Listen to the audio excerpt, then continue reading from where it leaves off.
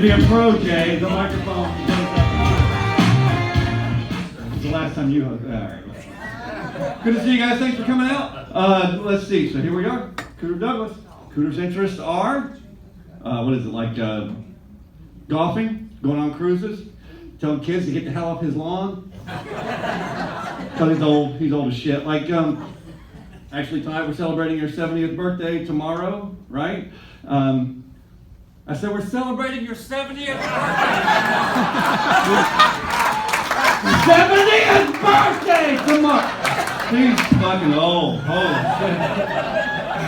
He is old. All right, let's play this one. Cooter Douglas is so old. How old is he? He doesn't have bags under his eyes. He's got burlap sacks. All right, whatever. Let's do another one. Cooter Douglas is so old. How old is he? He's so old, he gave Hitler the idea. He didn't really hate the Jews. He just wanted to complicate people.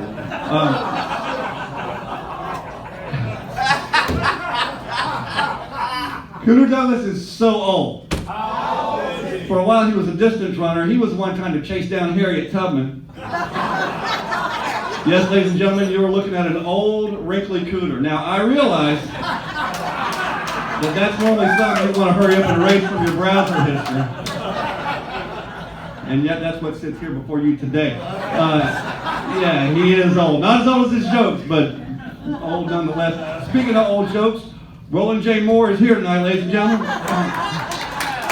Jay, some of your jokes are getting old too there, buddy. Like, I was thinking maybe you should change your name to, instead of Roland J. Moore, it could be like Spinning Your Wheels J. Moore, or maybe write some Roland J. Moore jokes, you fucking lazy. Like Cooter said earlier, you got to start doing comedy here on this very stage, Comedy Cabana. You want an open mic contest, and but we've still seen him bomb. Like he's bombed so many times. I thought about changing his name to Iran.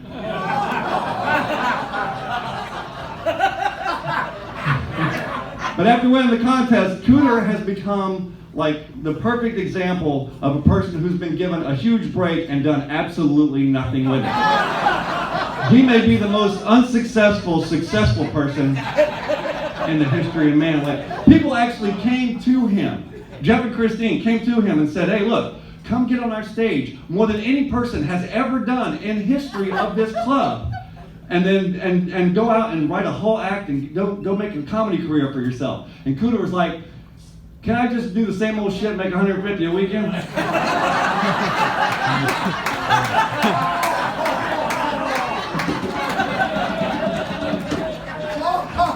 I mean, I would actually say that Cooter, you surprised me tonight. Cooter is actually a pretty prolific, I would say he's a prolific joke writer. I would say it if you'd write some more fucking jokes. But, like, he hasn't written jokes in a long time, or in a coon's age, as he would say, because he's a racist. A little bit racist, but, when's the last time we wrote a joke? When Thomas Jefferson was in office? But anyway, so yeah, but I will say this, at least the jokes that you write, you do perform, or the jokes you perform, you do write those. Unlike a guy named Al Yance, who he was talking about. Al Yance, you guys actually should go see Al Yance, because I'll tell you why, because it's so much more efficient. Like, instead of having to watch all the comedians who have written and perfected those jokes, you can just go see Al Yance. Al Yance is like the Time Life music of comedy. Like, all the greatest hits from all the best comedians, all for one easy payment. Back to Cooter, he's a slow talker too, right? Like, he is like, if the Titanic sank at the same rate that Cooter speaks, all those people would have survived. That bitch wouldn't have stole that Heart of the Ocean necklace. That'd be in a museum where it belongs.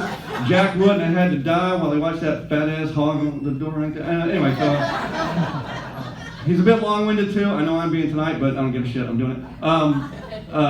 Most MCs, when they do a show, they do about 10 minutes at the beginning of a comedy show. Cooter does 25. Like, most comics like to leave them wanting more. Cooter likes to leave them wanting less. All right, this is getting too long, but I don't give a shit. All right, here we go. And here's something y'all might not realize. Cooter's a racist. That's rapist. No, that's not right. Has a rapier wit. That's the word I was looking for, a rapier wit. And actually, some of your victims have seen your show and they're like, Jesus, I thought being raped was bad.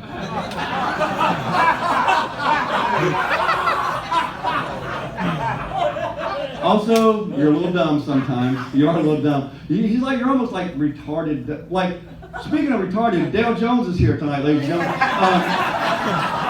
He'll be up here later. Dale Jones is like retarded times retarded. He's like retarded squared. Like, retarded kids look at Dale Jones and go, man, I dodged a bullet on that one, didn't I? Woo! Yeah. They look at Dale and they go, I bet he needs a wish. They said it was a roast. I couldn't wait to write this shit down. I was having a good time. Yeah, but anyway, where are we? Oh, yeah. Oh, here's one. Another one. Kind of dumb. Cooter has said that he once dated a little girl out of Charlotte, North Carolina, whose body was hard as algebra, which either means that Cooter's dumb or her body wasn't very hard, because algebra is easy. I mean, it's not like the other math where you got to use the letters and the numbers. That shit is hard.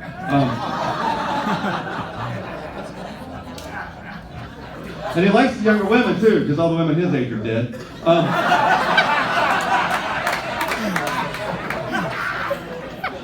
He's a veteran too. He made it to captain in the Confederate Army. He's met a lot of famous people. I asked him who's the most famous person he ever met. He goes, I don't know. It's a toss-up between Abraham Lincoln and Manny Olivera.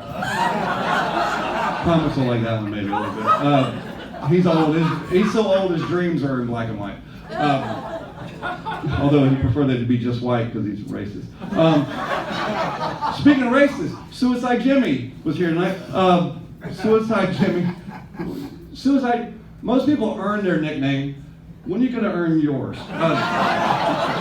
Seriously, if I have to hear "Don't go to Supercuts on 2 for Tuesday" joke one more fucking time, I'm going to change my name to Suicide Eric, and I'm going to earn that shit.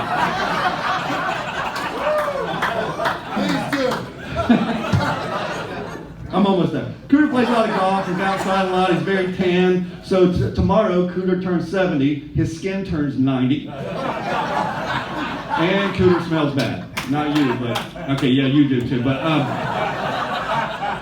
like, have you ever smelled skin cancer? Cooter smells like stage 4 skin cancer. No, nothing on that one. All right, listen. Actually, I was once sitting next to him on one of those horse and buggy rides in Charleston, South Carolina. And we'd just been seeing those rainbow houses and all. And while we're sitting there, suddenly this horrible smell just kind of got hung up in the top of that buggy. And the guy sitting next to me nudged me and says, hey, excuse me, sir, did that guy just fart? I was like, hell no, man, he smells like that shit all the time. Embarrassed me to death, y'all. Anyway, no, I just want to say, Cooter, I love you to death. You're a stand-up guy. You're a very funny dude. I'm glad to know you, and I hope that you get to remember this night for the rest of your life. You probably won't because of the Alzheimer's, but I hope you do. Much love, buddy. Take care.